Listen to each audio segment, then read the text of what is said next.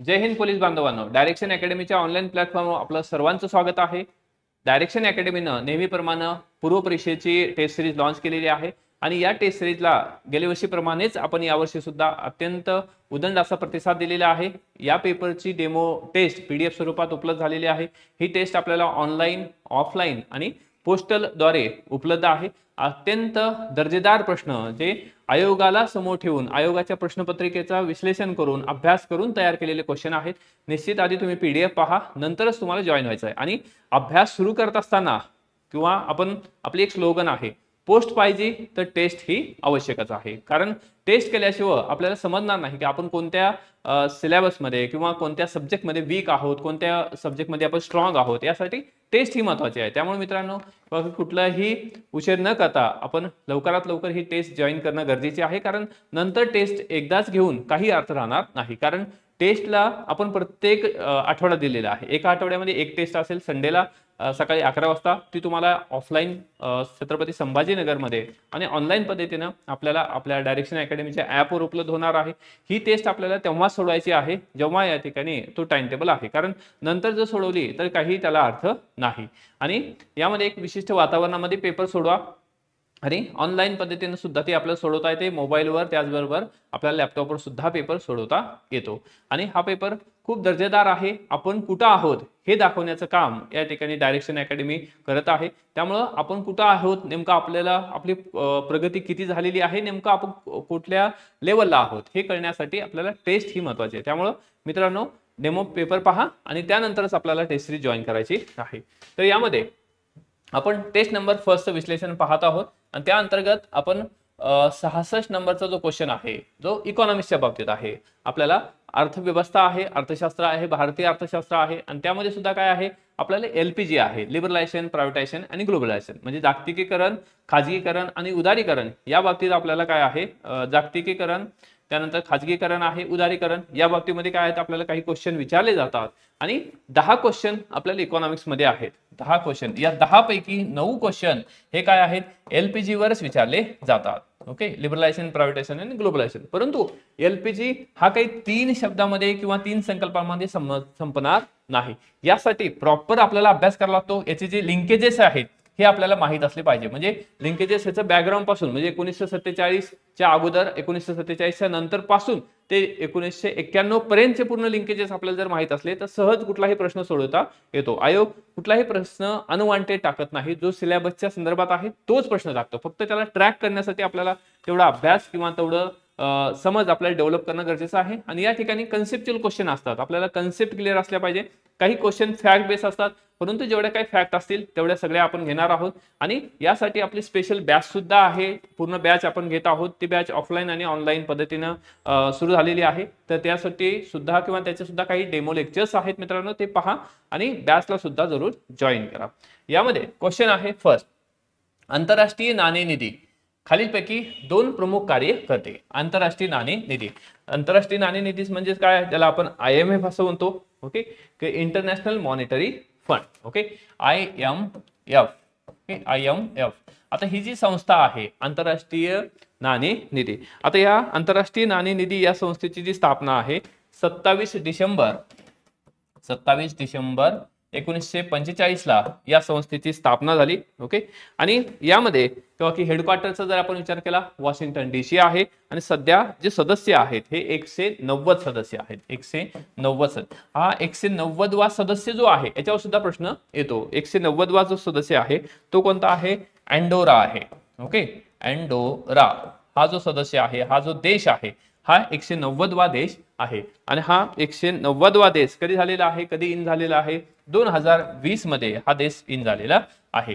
आणि ही जी IMF आहे हे एक प्रकारचं काय आहे, तर ही एक प्रकारची भांडवलशाही तत्वावर तयार करण्यात आलेली ही एक संस्था आहे।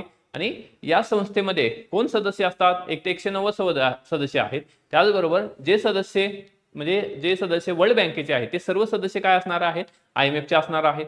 आणि IMF चं महत्त्वाचं कार्य काय आहे, तर जे देश विकसित असतील किंवा विकसनशील असतील या सर्वांना काय करायचे आहे, मदत करायची, आर्थिक मदत करायची. परंतु यामध्ये भांडवलवादावर किंवा भांडवलशाहीच्या आधारावर इथं काय केलं जातं, तर इथं मदत दिली जाते. तर कर्ज दिलं जातं म्हणजे जो सदस्य IMFचा सदस्य आहे त्यालाच IMF काय करतं, कर्ज देते. जर सदस्य एखादा नसेल, एखादा देश सदस्य नसेल तर त्याला कुठल्याही प्रकारचं मदत किंवा कर्ज ही IMF देत नाही. वर्ल्ड बँकच्या बाबतीत जर पाहिलं तर वर्ल्ड बँक ही सदस्य असू द्या किंवा नसू द्या दोघांनाही काय करू शकते, कर्ज पुरवठा करू शकते. तर IMFने आणि वर्ल्ड बँकेने, कारण हा प्रश्न आपल्यासाठी महत्त्वाचा आहे, कारण आपल्याला LPG धोरण स्वीकारलेलं आहे. LPGच्या बाबतीमध्ये आपल्याला प्रश्न असतात आणि LPGची सुरुवात किंवा जो इकॉनॉमिक रिफॉर्म आहे तो इकॉनॉमिक रिफॉर्मच्या बाबतीत आपण पाहिलं तर आपण इकॉनॉमिक रिफॉर्म स्वीकारला, नाईलाजाने स्वीकारलेला आहे. त्याचं रिझन होतं की आपल्याला फक्त 2 आठवडे पुरेल एवढाच आपल्याकडे काय साठा होता, आपल्याला 2 आठवडे पुरेल एवढंच परकीय चलन आपल्याकडे होतं. मग हे परकीय चलन आपल्याला कशासाठी लागतं, तर परकीय चलन आपल्याला लागतं जर एखादी वस्तू आपल्याला आयात करायची, सेवा जर आयात करायची असेल त्यासाठी आपल्याला डॉलर द्यावे लागतात. मग डॉलर द्यायचे असेल तर आपल्याकडे डॉलर किंवा परकीय चलन असणं गरजेचं आहे. हे परकीय चलन हे 2 आठवडे पुरेल एवढंच आपल्याकडे होतं. आणि आज जरी आपण पाहिलं तर आपल्या देशामध्ये जर पेट्रोलियमचा विचार केला तर पेट्रोल जे कच्चं तेल किंवा ज्याला क्रूड ऑइल म्हणतो, क्रूड ऑइल जवळपास आपण 85% क्रूड ऑइल आपल्याला बाहेरच्या देशातून आणावं लागतं, कारण आपल्या देशात फक्त आपली जी गरज आहे ती फक्त 15% भागवली जाते. मग राहिलेलं 85% आपल्याला आयात करायचं असेल तर त्या देशांना काय द्यावं लागणार आहे, त्या देशांना आपल्याला डॉलर पे करावं. मग आपल्याकडे डॉलर असला पाहिजे म्हणजेच परकीय चलन असलं पाहिजे. आज आपण जर पाहिलं तर आपल्या देशाकडे आजचं जर आपण चलन पाहिलं आपल्या देशाचं तर आपल्या देशामध्ये आज या ठिकाणी जवळपास 560 ओके, म्हणजे आजचं जर याच्यामध्ये आपण पाहिलं तर जवळपास 560 काय आहेत बिलियन डॉलर. ओके, 560 बिलियन डॉलरची आपली काय आहे तर आपली परकीय चलन आहे. आणि जर तेव्हाचा विचार केला, आपल्याला विशेष करून तेव्हाचा विचारलं जातं कारण आपल्याला LPGच्या बाबतीत प्रश्न आहे, तर तेव्हाचं जर विचारलं म्हणजे 1991चं आपल्याकडे नेमकं किती परकीय गंगाजळी होती किंवा परकीय चलन आपल्याकडे चलन होतं, तर आपल्याकडे होतं फक्त 1.1 बिलियन डॉलर. ओके, आपल्याला फक्त होतं 1.1 बिलियन डॉलर. हे एवढेच काय होतं आपल्याकडे याच्यामध्ये की परकीय चलन उपलब्ध होतं. म्हणजे 2 आठवडे पुरेल एवढाच आपल्याकडे परकीय चलन साठा होता. या कारणानं 2 आठवड्याच्या नंतर जर काही वस्तू, काही पेट्रोलियम पदार्थ किंवा पेट्रोल आपल्याला जर क्रूड ऑइल जर आपल्याला मागवायचं असेल, आयात करायचं असेल तर आपल्याकडं तेवढा साठा हा उपलब्ध नव्हता. यामुळं या ठिकाणी आपण किंवा आपल्याकडे जे सोनं होतं ते आपण विविध बँकेमध्ये गहाण ठेवलं. म्हणजे RBIचं सोनं असेल, भारत सरकारचं सोनं असेल, ते आपण जगामधल्या विविध बँकाकडे, स्विस बँक असेल किंवा ब्रिटन असेल, अमेरिका असेल, जपान असेल, या विविध बँकामध्ये आपण ठेवलं आणि त्या माध्यमातून आपण काय आणलं, डॉलर आणलं. परंतु ही तात्पुरती सुविधा होती आणि परमनंट सोल्युशनसाठी आपल्याला कोणाकडे जावं लागलं, IMF कडे जावं लागलं, वर्ल्ड बँकेकडे जावं लागलं. त्यांनी आपल्याला पैसे देण्याचं मान्य केलं कारण आपण IMFचे सदस्य आहोत, वर्ल्ड बँकेचे सदस्य आहोत. या कारणासाठी त्यांनी मान्य केलं की तुम्हाला आम्ही पैसे देऊ, कर्ज देऊ, परंतु यासाठी कंडिशन आहे. कंडिशन काय आहे, LPG, liberalisation, privatisation and globalisation. म्हणजे एक इकॉनॉमिक रिफॉर्म तुम्हाला काय करावं लागेल, स्वीकारावं लागेल. कारण तुमच्या देशाची अर्थव्यवस्था ही एक प्रकारची एक समाजवादी किंवा मिश्र, ज्याला आपण मिश्र अर्थव्यवस्था आहे असं म्हणतो, परंतु एक बंदिस्त प्रकारची अर्थव्यवस्था तुमची झालेली आहे. कारण कुठल्याही प्रकारचे वस्तू, बाहेरून वस्तू त्या प्रमाणात येत नाही किंवा बाहेरचा सुद्धा FDI आपल्या देशामध्ये 1991च्या अगोदर त्या प्रमाणात येत नव्हता. रिस्ट्रिक्शन होते, लायसन परमिट राज होतं. छोटा मोठा उद्योग जरी टाकायचा असेल तर आपल्याला लायसन घ्यावं लागत होतं सरकारकडून. त्यामुळं ह्या जाचकाठी होत्या आणि सरकारच सब कुछ तयार करत होतं. म्हणजे 4 व्हीलर म्हणजे मिठापासून ते 4 व्हीलर पर्यंत सरकारच सर्व वस्तू तयार करत होतं आणि सरकारच यामध्ये प्राबल्य होतं, सरकारच यामध्ये काय होतं, वर्चस्व होतं. या कारणानं बँका सुद्धा कोणाला काढता येत नव्हत्या. 1969ला पहिल्यांदा 14 बँकेचं राष्ट्रीयकरण केलं आणि त्यानंतर एकही बँकेला लायसन आपण दिलेलं नाही सरकारनं. याचाच अर्थ काय, पूर्णपणे सरकारी व्यवस्था आहे, सरकारच सब कुछ करणार आहे. यामध्ये प्रायव्हेट व्यक्तीचं प्राबल्य नाही, प्रायव्हेट व्यक्तीची बँक सुद्धा ओपन करता येत नव्हती. या कारणानं तुमची अर्थव्यवस्था ही जगासाठी ओपन करा हा एक प्रस्ताव या ठिकाणी IMF आणि वर्ल्ड बँकेने दिला, तो आपण स्वीकारला. त्या माध्यमातून यांनी भारत सरकारला किंवा भारताला $7 बिलियन, ओके, $7 बिलियन आपल्याला दिले, हे कर्ज दिलं. एखाद्या वेळेस प्रश्न विचारतील आपल्याला किंवा त्यावेळेस आपल्याकडे किती पैसे होते 91 मध्ये, तर हे होते $1.1 बिलियन. याच्यावर प्रश्न विचारलेला आहे, परंतु $7 बिलियन अजून काही प्रश्न विचारलेला नाही. त्यामुळे $7 बिलियन हे आपल्याला काय करण्यात आले की IMF आणि वर्ल्ड बँकेच्या माध्यमातून कर्ज स्वरूपात मिळालेले होते. तर अशा प्रकारची ही IMF आणि या IMFच्या बाबतीत हा प्रश्न आहे की आंतरराष्ट्रीय नाणेमध्ये दोन प्रमुख कार्य कोणते. ओके, म्हणजे आता इथं आपल्याला प्रमुख कार्य कोणते आहेत आणि याच्यामध्ये तसं पाहिलं तर इथं दोन प्रमुख कार्य म्हटलेलं आहे. म्हणजे याचा अर्थ काय आहे की तीन पैकी कुठलेही दोनच इथं प्रमुख कार्य असणार आहेत. तर यामध्ये की एक तर सदस्य देशांना विनिमय दराचे नियंत्रण करणे, जो एक्सचेंज रेट आहे तो या ठिकाणी कंट्रोल करण्यामध्ये किंवा की यांची महत्त्वाची भूमिका असते. एक्सचेंज रेट म्हणजे काय, डॉलरच्या संदर्भात रुपयाचं काय व्हॅल्यू आहे. ओके, आज आपण पाहिलं तर 80 रुपये, $1 बरोबर 80 रुपये. मग सदस्य देशांच्या विनिमय दराचे नियंत्रण करणे, त्याचबरोबर सदस्य देशांना परकीय चलन पुरवठा अपुरे पडल्यास आंतरराष्ट्रीय रोखता उपलब्ध करून देणे, हे सुद्धा या ठिकाणी काम आहे. आणि अविकसित सदस्य देशांना पायाभूत सुविधा विकासासाठी मदत करणे. ओके, आता इथं काय आहे की इथं पायाभूत सुविधा म्हटलेलं आहे. ओके, तर यामध्ये पायाभूत सुविधेच्या बाबतीमध्ये किंवा की जर पायाभूत सुविधा उपलब्ध करून द्यायची असेल तर वर्ल्ड बँक देते. ओके, IMF या ठिकाणी पैसा देणार नाही. आणि इथं अविकसित सदस्य देशांना, ओके, असं काही या ठिकाणी अविकसित सदस्य देशांसाठी नाही. निश्चितच जे देश सदस्य आहे त्यांना लोन दिलं जातं, परंतु या ठिकाणी पायाभूत सुविधासाठी मदत करणे या ठिकाणी नाही. एड नाही, मदत करत नाहीत हे लोक. कारण ही संस्था पूर्णपणे आपण सुरुवातीलाच पाहिलं होतं भांडवलशाही तत्वावर तयार झालेली आहे. प्रॉफिट हाच यांचा या ठिकाणी उद्देश आहे आणि या प्रॉफिटच्या माध्यमातून मदत सुद्धा या ठिकाणी करतात. परंतु मदत म्हणजे कर्ज, नॉट या ठिकाणी फ्री. तर हा मदत शब्द काय आहे हे चुकीचं आहे. आपल्याला या ठिकाणी यांनी मदत नाही केली, आपल्याला यांनी कर्ज दिलं. ओके, तर यामध्ये की पायाभूत सुविधा विकासासाठी मदत करणे हा यांचा हेतू नाही. कर्ज देतात, ती कर्ज एक प्रकारची मदत आहे, परंतु पायाभूत सुविधा विकासासाठी अशा प्रकारची मदत करत नाहीत. तर त्यामुळे सी हे स्टेटमेंट चुकीचं आहे. इथं आहे A आणि B हे उत्तर, म्हणजेच 66चं जे उत्तर आहे ते येणार आहे 3. त्यानंतर पुढचा जो क्वेश्चन आहे तो पाहू आपण. 67 नंबरचा क्वेश्चन नंबर 67 नंबरचा क्वेश्चन आहे. खालीलपैकी कोणते विधान हे काय आहे, बरोबर आहे. आपल्याला बरोबर कोणतं आहे विचारलेलं आहे. आता यामध्ये हे जागतिक पातळीवर आर्थिक सुधारणांना 1970 पासून सुरुवात झाली, बरोबर आहे. या ठिकाणी जागतिक पातळीवर जर पाहिलं तर 1970 पासूनच सुधारणा झाली होती. परंतु अजूनही भारतामध्ये काय होतं की आपण जो रिफॉर्म आहे तो स्वीकारला नव्हता. आणि 1970चं जर पाहिलं आपण, 1970 मध्ये भारतामध्ये एक महत्वाची घटना घडली होती मित्रांनो. ती म्हणजे काय, तर आपण जे अमेरिकेकडून PL 480च्या अंतर्गत, पब्लिक लॉ 480च्या अंतर्गत आपल्याला एक अमेरिका मदत करत होतं. ते म्हणजे काय आहे, आपल्याला गहू ते या ठिकाणी देत होते. म्हणजे गव्हाची आयात आपण PL 480च्या माध्यमातून करत होतो आणि ते पण फ्री नाही, आपण त्यांना पैसे देत होतो, परंतु कमी दरावर ते आपल्याला मदत करत होते. आणि ती मदत आपण 1970 मध्ये काय थांबवलेली आहे, कारण आपण त्यावेळेस काय झालेलो आहोत, सेल्फ सफिशियंट झालेलो आहेत. या कारणाने आपण ते थांबवलं होतं. तो एक मुद्दा महत्वाचा आहे. आणि तर मुद्दा आहे की जागतिक पातळीवर आर्थिक सुधारणा हे 1970 पासूनच सुरुवात झालेली आहे, बरोबर आहे. परंतु भारतामध्ये किंवा की जानेवारी नाही. ओके, आता इथं लक्षात ठेवा की आयोग आपल्याला काय करत असतं की आयोग आपल्याला काही पिन पॉइंट या ठिकाणी करून ठेवत असतं. म्हणजे सिंपल किंवा की इथं जानेवारी नाही, तर इथं काय असणार आहे, जुलै 1991. ओके, जुलै 1991 पासून. म्हणजे आपण जर वाचण्यामध्ये शिकलो मित्रांनो, तर आपल्याला या ठिकाणी प्रश्नाचं उत्तर चुकतं. त्यामुळं बी अलर्ट, आणि हे अलर्ट होण्यासाठी आपल्याला प्रॅक्टिस महत्वाची आहे. प्रॅक्टिस जर केली तर हे अलर्टनेस येणार आहे. अदरवाईज आपण डायरेक्टच पेपरमध्ये जाऊन किंवा आयोगाचा पेपर डायरेक्ट सोडवला तर असा जर एखादा प्रश्न आला तर हा प्रश्न चुकू शकतो यामध्ये.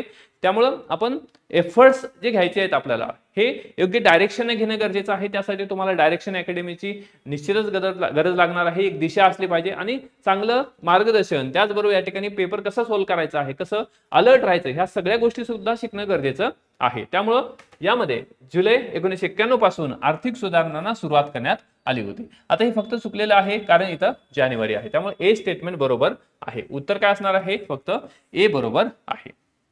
त्यानंतर पुढचं आहे जागतिकीकरणाचे फायदे आहेत. ओके, म्हणजे या ठिकाणी जागतिकीकरणाचे कोणते फायदे आहे किंवा आहेत, अशा प्रकारचा हा प्रश्न आहे. आता यामध्ये तसं पाहिलं तर जागतिकीकरणाचे फायदे काय आहेत. जागतिकीकरण म्हणजे काय आहे, ग्लोबलायझेशन असं म्हणतो. आपण 1991 मध्ये जे पॉलिसी किंवा रिफॉर्म स्वीकारलेला आहे तो म्हणजे काय आहे, लिबरलायझेशन, प्रायव्हेटायझेशन आणि ग्लोबलायझेशन. म्हणजे याचा अर्थ काय आहे, ग्लोबलायझेशन म्हणजे जागतिकीकरण. जागतिकीकरण म्हणजे काय, तर आपल्या देशातील वस्तू कुठल्याही देशामध्ये पाठवता येतात, कोणत्याही देशातील वस्तू आपल्या देशामध्ये आणता येतात. म्हणजे याचा अर्थ काय, यामध्ये कुठल्याही प्रकारचे बंधन नसते, मुक्त अर्थव्यवस्था आहे, त्यालाच आपण जागतिकीकरण असं म्हणतो. तर यामध्ये जागतिकीकरणाचे फायदे काय आहेत, एक तर फायदा काय असणार आहे, आपली वस्तू बाहेरच्या देशात जाणार आहे, बाहेरच्या देशातली वस्तू आपल्या देशात येणार आहे, त्यामुळं आंतरराष्ट्रीय व्यापारात वाढ होणार आहे. बरोबर, आंतरराष्ट्रीय व्यापार त्यालाच आपण काय म्हणतो, आयात आणि निर्यात. आपल्या देशातील वस्तू मोठ्या प्रमाणात जर वाढल्या तर निर्यात वाढते आणि निर्यातीच्या माध्यमातून आपल्याला काय उपलब्ध होतो मित्रांनो, आपल्याला डॉलर उपलब्ध होतो. आणि दुसरं आयात सुद्धा आपल्याला जर काही वस्तू आपल्या देशामध्ये तयार करणं थोडं महाग जात असेल तर आपण काय करतो, त्या वस्तू आपण दुसऱ्या देशातून आणू शकतो. त्या वस्तू आपल्याला जर स्वस्त असतील तर आपले आयात सुद्धा वाढते. म्हणजेच आंतरराष्ट्रीय व्यापार वाढ करणे हे महत्वाचं या ठिकाणी काय आहे, फायदा आहे. त्यानंतर तंत्रज्ञानाची उपलब्धता वाढवणे. बरोबर आहे, या ठिकाणी जी टेक्नॉलॉजी आहे त्याची उपलब्धता वाढवणे. कारण युरोपमध्ये आधुनिकीकरण झालं होतं आणि युरोपमधील आधुनिकीकरणाला एक काय आहे, कच्च्या मालाची गरज होती. त्यामुळे ब्रिटिशर्स आपल्या देशामधून मोठ्या प्रमाणात कच्चा माल घेऊन जात होते. इव्हन ब्रिटिशांनी जे पोर्ट्स तयार केले होते, जे रेल्वे आपल्या इथं आणली होती, रिझनच होतं की त्यांना कच्च्या मालाची गरज होती. मग आपल्याला देश घडवायचा असेल किंवा आपल्याला औद्योगिकीकरण करायचं असेल तर त्यासाठी काय आहे, तंत्रज्ञानाची उपलब्ध आवश्यक आहे. ओके, मग टेक्नॉलॉजी असली पाहिजे. जर आपल्या देशामध्ये भांडवल नसेल, मशिनरीज नसतील तर काय आहे, आपलं जे प्रोडक्शन होणार आहे ते हे कमी होणार आहे. या कारणासाठी आपल्याला तंत्रज्ञानाची उपलब्धता ही वाढवणे गरजेचं आहे. बी बरोबर आहे. आणि ह्याची या ठिकाणी कशी होऊ शकते, ही जागतिकीकरणामध्ये होऊ शकते. समजा एखाद्या देशामध्ये तंत्रज्ञान अवेलेबल आहे, एखादी मशिनरीज अवेलेबल आहे. ओके, आपल्याला समजा कापड उद्योग आहे, कापडासाठी एक मशिनरी पर्टिक्युलर देशामध्ये अवेलेबल आहे, तर ती आपण काय करू शकतो, आयात करू शकतो. ठीक आहे, तर बी बरोबर आहे. त्यानंतर सी,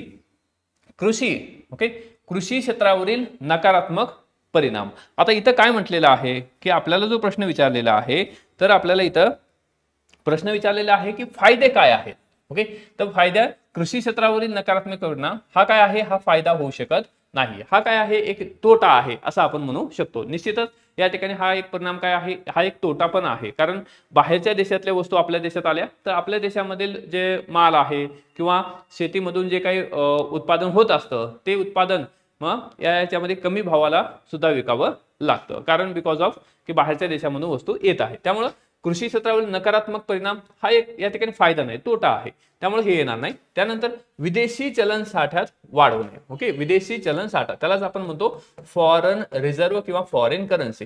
आता विदेशी चलन साठ्यात वाढ होते, कशाच्या माध्यमातून होते, कारण आपली निर्यात वाढणार आहे. आणि आपण पाहिलं होतं निर्यात वाढली तर काय होतं, आपल्याला आपल्या वस्तू बाहेर जातात आणि बाहेरची व्यक्ती आपल्याला डॉलरमध्ये पे करतात. आणि आपल्यासाठी परकीय चलन साठा हा अत्यंत महत्वाचा आहे. कारण परकीय चलन साठा आपल्याकडं खूप कमी झाला होता. त्या कारणानंच आपल्याला धोरण बदलावं लागलं आणि 1991 मध्ये आपण LPG स्वीकारलं. तर यामध्ये ए सुद्धा बरोबर आहे, बी सुद्धा बरोबर आहे, डी सुद्धा. आता इथं ए बी डी हे 3 ऑप्शन आहेत का, नाही, तर 2 ऑप्शन आहेत इथं, बी आणि डी. आता इथे ए सुद्धा असणं गरजेचं होतं, तरी सुद्धा आपल्याला जे ऑप्शन दिलेले आहेत त्यामध्ये उत्तर असणं अपेक्षित आहे. तर उत्तर आहे बी आणि डी, परंतु ए सुद्धा इथं बरोबर आहे. त्यामुळे उत्तर नंबर 4.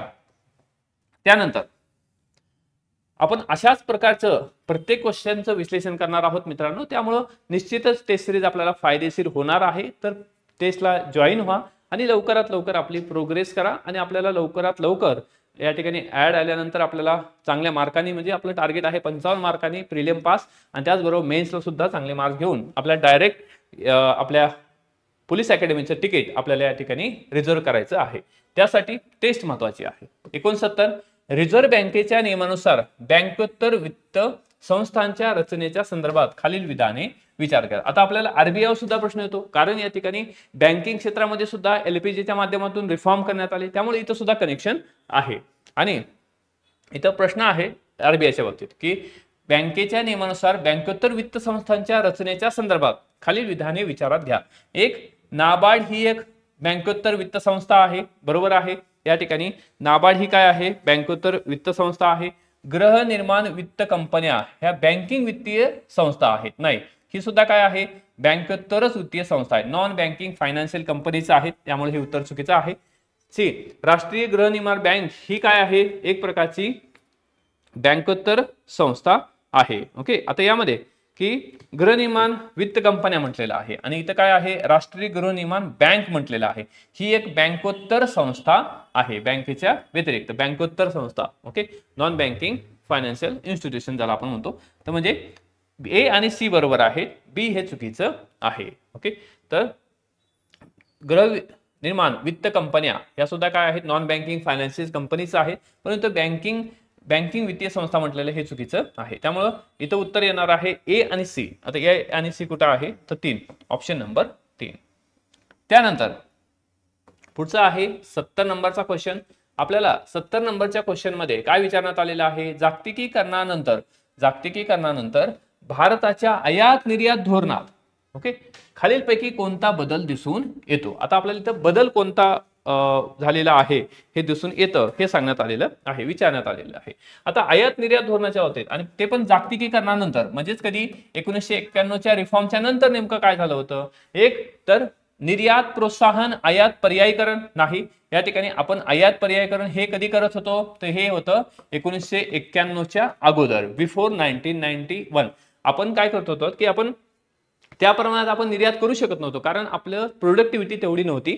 या कारणाने निर्यातीवर आपला काही फोकस नव्हता, परंतु आपल्यावर आपला एक फोकस निश्चित होता, तो म्हणजे काय आहे आयात पर्यायीकरण. ओके, तर आपण ज्या वस्तू आयात पर्यायीकरण म्हणजे काय, ज्या वस्तू आपण आयात करत होतो त्याला पर्यायी वस्तू आपल्या देशामध्ये तयार करणे, त्याला ज्या ठिकाणी की आपण आयात पर्यायीकरण असं म्हणतो. म्हणजे एखादी वस्तू समजा ही पेन आहे, ही जपानहून आपण मागवत असतो, हीच अशाच प्रकारची पेन भारतात तयार करणे ह्याला म्हणायचं आयात पर्यायीकरण.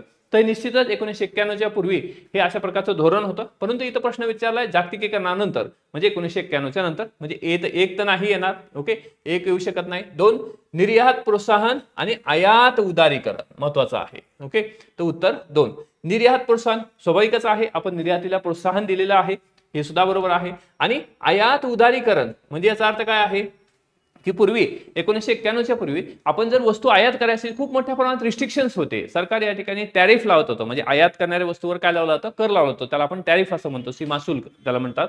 तर टॅरिफ लावलं जात होतं आणि या माध्यमातून की आपल्याला वस्तू आणायच्या असेल तर वस्तू सुद्धा महाग पडत होत्या. आणि 1991च्या नंतर म्हणजे जागतिकीकरणानंतर काय झालेलं आहे आयात उदारीकरण झालं. आयात उदारीकरण म्हणजे काय मित्रांनो की यामध्ये जर आपल्याला वस्तू आणायची असेल तर कुठल्याही प्रकारचं या ठिकाणी काय आहे बंधन नसणार नाही, आपल्याला कोणतीही वस्तू आणता येणार आहे. त्याचबरोबर सरकार त्यावर खूप मोठ्या प्रमाणात टॅक्स सुद्धा लावणार नाही. ओके, जर रिजनेबल टॅक्स आहे तर निश्चित लावेल, आपल्याला कुठल्याही प्रकारची वस्तू आणता येते, ह्यालाच म्हणायचं आयात उदारीकरण.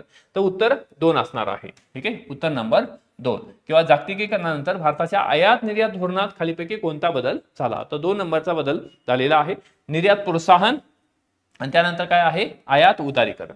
त्यानंतर 71 नंबरचा क्वेश्चन आहे की चलनाचे अवमूल्यन. ओके, चलनाचे अवमूल्यन फायदेशीर ठरते तेव्हा. ओके, आता नेमकं चलनाचं अवमूल्यन म्हणजे काय हे आपल्याला या ठिकाणी अधिक क्लिअर असलं पाहिजे. आता इथे लक्षात ठेवा की आपल्या सिलेबसमध्ये आपल्याला फक्त काय दिलेलं आहे, आपल्या सिलेबसमध्ये आपल्याला फक्त LPG दिलेला आहे. Okay, LPG liberalisation privatisation global.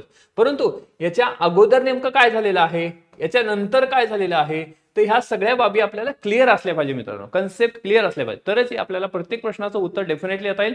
आणि इकॉनॉमिक्स मध्ये जे 10 प्रश्न विचारले जातात 10 पैकी 9 प्रश्नाचं उत्तर डेफिनेटली देता येतं. जर एखादी फॅक्ट जर विचारली, ते अननोन फॅक्ट असेल तर ती आपल्याला कोणालाही येणार नाही, परंतु 10 पैकी 9 क्वेश्चन डेफिनेटली येतील. आणि या प्रश्नासाठी आपल्याला एक चांगला अभ्यास करावा लागतो, कन्सेप्ट क्लिअर करावे लागतात.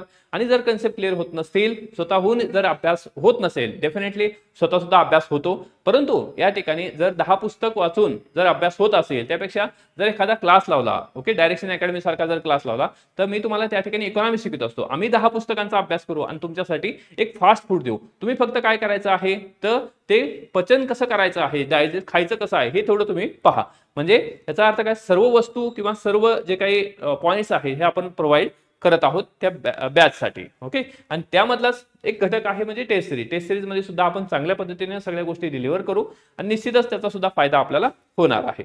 आता यामध्ये LPG आणि मुद्दा काय आहे किंवा की LPG 1991 ला आपण स्वीकारलं, परंतु 1951च्या अगोदरची परिस्थिती आपल्याला माहित पाहिजे, 1991च्या नंतरची परिस्थिती सुद्धा आपल्याला माहित पाहिजे. 1991च्या अगोदर जर पाहिलं तर यामध्ये एक ते 1947 पासून ते 1950 पर्यंतचा एक टप्पा आहे, त्यानंतर दुसरा टप्पा आहे 1950 ते 1990 पर्यंतचा, ठीक आहे. 1947 ते 50 या दरम्यान आपण जर पाहिलं तर आपल्या देशामध्ये अन्नधान्याची उपलब्धता कमी होती, कारण आपला देश स्वतंत्र झाला, परंतु आपला जो सुपीक प्रदेश आहे तो आपल्याला पाकिस्तानला द्यावा लागला, पूर्व पाकिस्तान आणि पश्चिम पाकिस्तान या ठिकाणी हा जो सुपीक भाग गेला, त्यामुळे लोकसंख्या आपल्याकडे राहिली, परंतु आपल्याला अन्नधान्याची कमतरता भागू लागली. यासाठी आपण अमेरिकेची मदत घेतली. अमेरिकेने आपल्याला PL 480 या माध्यमातून मदत केली.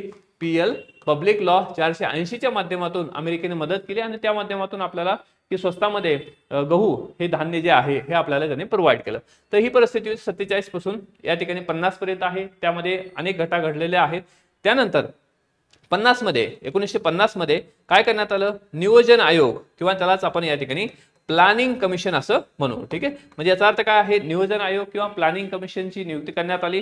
15 मार्च 1950 ला या ठिकाणी कमिशन तयार करण्यात आलं. म्हणजे 1950 मध्ये प्लॅनिंग कमिशन तयार करण्यात आलं. आणि प्लॅनिंग कमिशनचं काम काय होतं, तर प्लॅन तयार करणे, कारण भारतासाठी 5 इयर प्लॅन महत्वाचा होता, भारतासाठी नियोजन महत्वाचं आहे. जसं आपलं अभ्यासाचं सुद्धा नियोजन असणं गरजेचं आहे, कारण एक्झाम ही काही महिन्यामध्ये होणार आहे. तुमचं नियोजन हे निश्चित असलं पाहिजे. नियोजन जर चांगलं असेल तरच या ठिकाणी त्याचा आउटपुट येतो. तसंच भारत सरकारनं किंवा भारताने काय केलं की 5 वर्षाची योजना तयार केली, प्लॅनिंग तयार केलं. आणि हे प्लॅनिंग या ठिकाणी आपण कोणाकडून घेतलं, रशियाकडून घेतलं. रशियाचं मॉडेल आपण पाहिलं, त्या मॉडेलवर भारताचं मॉडेल तयार केलं आणि 5 वर्षाच्या योजना आपण तयार करायला सुरुवात केली. मग पहिल्या योजनेमध्ये म्हणजेच 1951 ते 56 ही पहिली योजना झाली, ज्यामध्ये आपला जो फोकस होता तो शेतीवर होता, कारण आपला जो कणा होता तो शेती होता, कारण 75% जी लोकसंख्या आहे ही आपल्या शेतीवर आधारित होती. आज जरी पाहिलं तर जवळपास 46% लोकसंख्या ही शेतीवर आजही अवलंबून आहे. तर यामध्ये अन्नधान्याची सुविधा होणं गरजेचं होतं, यासाठी पहिला फोकस शेतीवर. दुसरं 56 ते 61 दुसरी पंचवार्षिक योजना, जो आपला फोकस होता तो उद्योगावर आपण शिफ्ट केला, कारण आता भारताला विकास करायचा आहे. भारतामध्ये आपल्याला इंडस्ट्रीज तयार करायच्या आहेत, कारण कच्चा माल तयार झालेला, आपल्याकडे रॉ मटेरियल आहे, परंतु त्याच्यावर प्रोसेस किंवा प्रक्रिया करणं गरजेचं आहे. त्यासाठी आपल्याला उद्योग आहे. अशा प्रकारे ह्या योजना या ठिकाणी होत गेल्या. याच दरम्यान यामध्ये किंवा की काही वेळेस आपले सीडबॅक सुद्धा झाले, काही वेळेस दुष्काळ आले. आणि त्याच दरम्यान या ठिकाणी ज्याचा आपण संदर्भ आपल्याला घ्यायचा आहे तो म्हणजे काय आहे, तर 1966. ओके, म्हणजे 1966चं अवमूल्यन. म्हणजे आपला जो मुद्दा आहे तो म्हणजे काय आहे, अवमूल्यन. ओके, अवमूल्यन म्हणजे आपण पाहिलेलं आहे की एक टॉपिक क्लिअर करायला आपल्याला एवढा वेळ लागणार आहे. ओके, एक लक्षात ठेवा की कन्सेप्ट क्लिअर पाहिजे, कारण कन्सेप्ट क्लिअर असेल ना तुम्ही ड्युटी करून सुद्धा सहज पास होता येते. ओके, यासाठी कुठल्याही प्रकारची तुम्हाला सुट्टी सुद्धा घ्यायची गरज नाही. नियोजन केलं तर, प्लॅनिंग केलं तर, ओके, आणि योग्य डायरेक्शन असेल तरच ह्या सगळ्या गोष्टी शक्य आहेत. ओके, तर यामध्ये अवमूल्यन, आता आपल्याला अवमूल्यन जर पाहिलं तर हे 3 वेळेस झालेलं आहे, हे आपल्या सगळ्यांना माहित आहे. 1949 असेल, 1966 असेल आणि 1990 असेल. ठीक आहे, ह्या 3 वेळेस आपण अवमूल्यन केलेलं आहे. परंतु नेमकं आपल्याला कन्सेप्ट क्लिअर करायचं आहे की अवमूल्यन म्हणजे काय, किंवा या ठिकाणी आपल्याला अवमूल्यन हे कशाला म्हणायचं आहे. अवमूल्यन, ओके, त्याला आपण इंग्लिशमध्ये डिव्हॅल्युएशन आपण असं म्हणतो. डिव्हॅल्युएशन ऑफ रुपी म्हणजे रुपयाचं डिव्हॅल्युएशन केलं. तर यामध्ये अवमूल्यन याचा अर्थ काय आहे, तर यामध्ये $1 बरोबर आज जर आपण पाहिलं तर 80 रुपये आहे. $1 बरोबर 80 रुपये आहे. काही दिवसांना असं झालं $1 बरोबर काय झालेलं आहे, 100 रुपये झालं.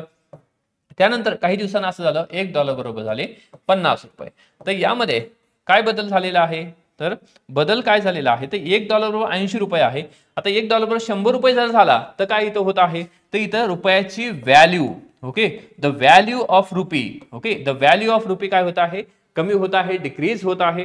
तर या ठिकाणी कारण $1 मध्ये आपल्याला आता काय करा, समजा एखादी वस्तू आहे, पेनच आहे, आणि ही पेन, ओके, समजा पेन हे प्रोडक्ट आहे आणि आपल्याला एक पेन घ्यायची असेल तर आपल्याला किती लागतं, $1 लागतं. ठीक आहे, आपल्याला एक पेन घ्यायची असेल तर आपल्याला किती डॉलर लागणार आहे, $1 लागणार आहे. म्हणजे एक पेन घेण्यासाठी आपल्याला $1 गरजेचा आहे. मग आता ह्याच्यामध्ये आपण $1 समजा आज जर पेन घेतला तर आपल्याला 80 रुपये पे करावे लागतील. अमेरिके समजा हा डॉलर आपण कुठून आणत आहोत, आपण USA कडून आणत आहोत. मग USA ला आपल्याला $1 पे करावं लागेल. $1 म्हणजेच किती आहे, 80 रुपये पे करावं लागतील. काही दिवसांना असं झालं की या ठिकाणी एका पेनची जी किंमत आहे ती काय झाली, या ठिकाणी की पेनची किंमत सेमच राहणार आहे. ओके, आता याच्यात काय झालेलं आहे, $1 बरोबर काय झालेलं आहे, किंवा की 100 रुपये झाले. याचा अर्थ काय आहे, तर ही पेन आपल्याला आणण्यासाठी किती लागणार आहे? 100 रुपये लागणार. पूर्वी 80 रुपये लागत होते.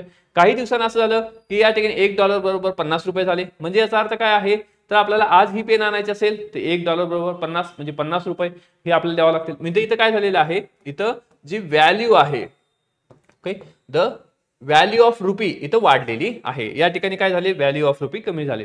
म्हणजे रुपया घसरणे म्हणजेच व्हॅल्यू कमी होणे, रुपया वधरणे म्हणजे व्हॅल्यू वाढणे. आता हे आंतरराष्ट्रीय मार्केटनुसार होत असतं कमी जाऊन. तर यामध्ये आपल्या आंतरराष्ट्रीय मार्केटमध्ये आपली पत कशी आहे, आपला दर्जा कसा आहे, आपली क्रेडिट कसं आहे, या सगळ्या गोष्टीवर हे आधारित असतं. आयात निर्यात कशी आहे याला सुद्धा आधार आहे. परंतु या ठिकाणी जो मुद्दा आहे तो अवमूल्यन म्हणजे काय? तर आता यामध्ये आपण अवमूल्यन जर पाहिलं तर अवमूल्यनाच्या बाबतीत डिव्हॅल्युएशन असं म्हटलेलं आहे. ओके, आता इथं $1 बरोबर 80 रुपये आहे आणि सरकारने, गव्हर्नमेंटने जर स्वतःहून $1 बरोबर काय केलं? $1 बरोबर समजा 200 रुपये केलं. ओके, सरकारनं स्वतःहून $1 बरोबर जर 200 रुपये केलं तर या ठिकाणी त्याला म्हणायचं डिव्हॅल्युएशन. कारण सरकारनं स्वतःहून आपल्या करन्सीची व्हॅल्यू इथं काय केलेली आहे? कमी केलेली आहे. आणि ह्याचं रिझन आहे, ह्याला सर्वसाधारण 2 कारणं असतात. एक काय कारण आहे? तर सरकारचं कारण असतं की आयात काय करायची आहे? कमी करायची आहे. दुसरं कारण काय आहे? निर्यात वाढवायची आहे. आणि या माध्यमातून निश्चितच फायदा होतो. आपली आयात कमी होते आणि निर्यात वाढते. आणि निर्यात वाढली साहजिकच काय आहे? आपल्याला डॉलर उपलब्ध होतो. डॉलर उपलब्ध होतो म्हणजेच काय आहे? आपल्याला परकीय चलन उपलब्ध होतं. तर यासाठी आपल्याला अवमूल्यन हे काही वेळेस या ठिकाणी काय आहे?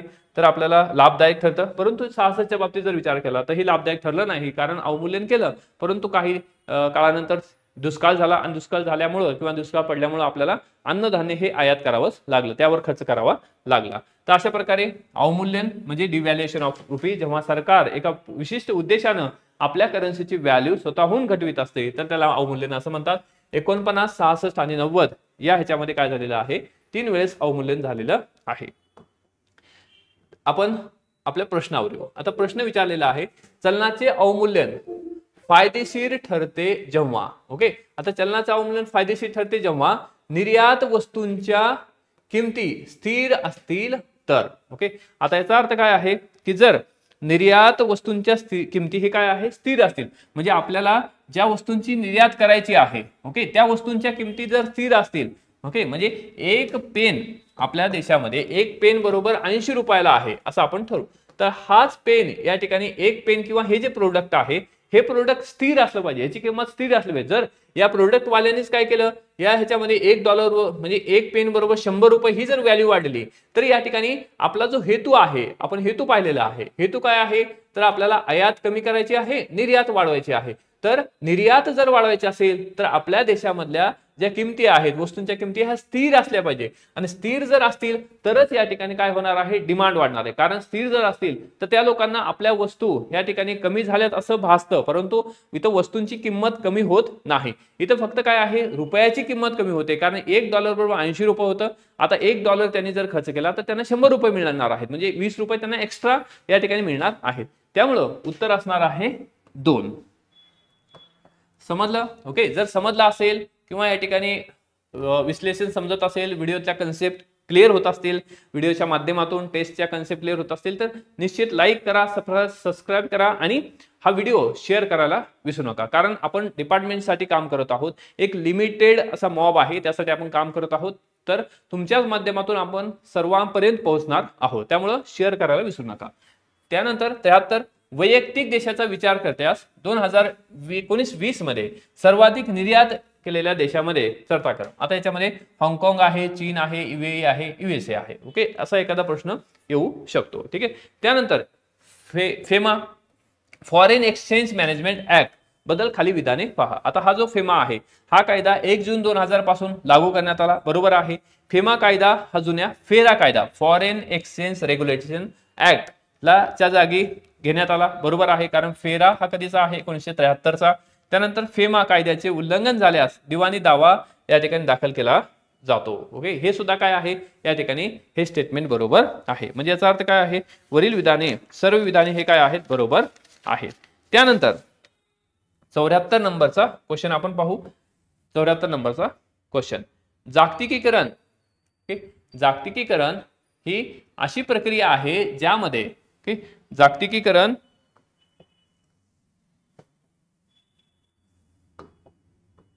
जागतिकीकरण ही अशी प्रक्रिया आहे ज्यामध्ये खालीपैकी कोणती विधान ही अयोग्य आहे असं म्हटलेलं आहे. जागतिकीकरण म्हणजे त्याला आपण या ठिकाणी ग्लोबलायझेशन असं म्हणतो. मग ही अशा प्रकारची प्रक्रिया आहे ज्यामध्ये नेमकं काय होतं. जागतिकीकरण झालं, ग्लोबलायझेशन झालं, आपण पाहिलेलं आहे की आर्थिक एकीकरण, ओके, आर्थिक एकीकरण सखोल होते, बरोबर आहे.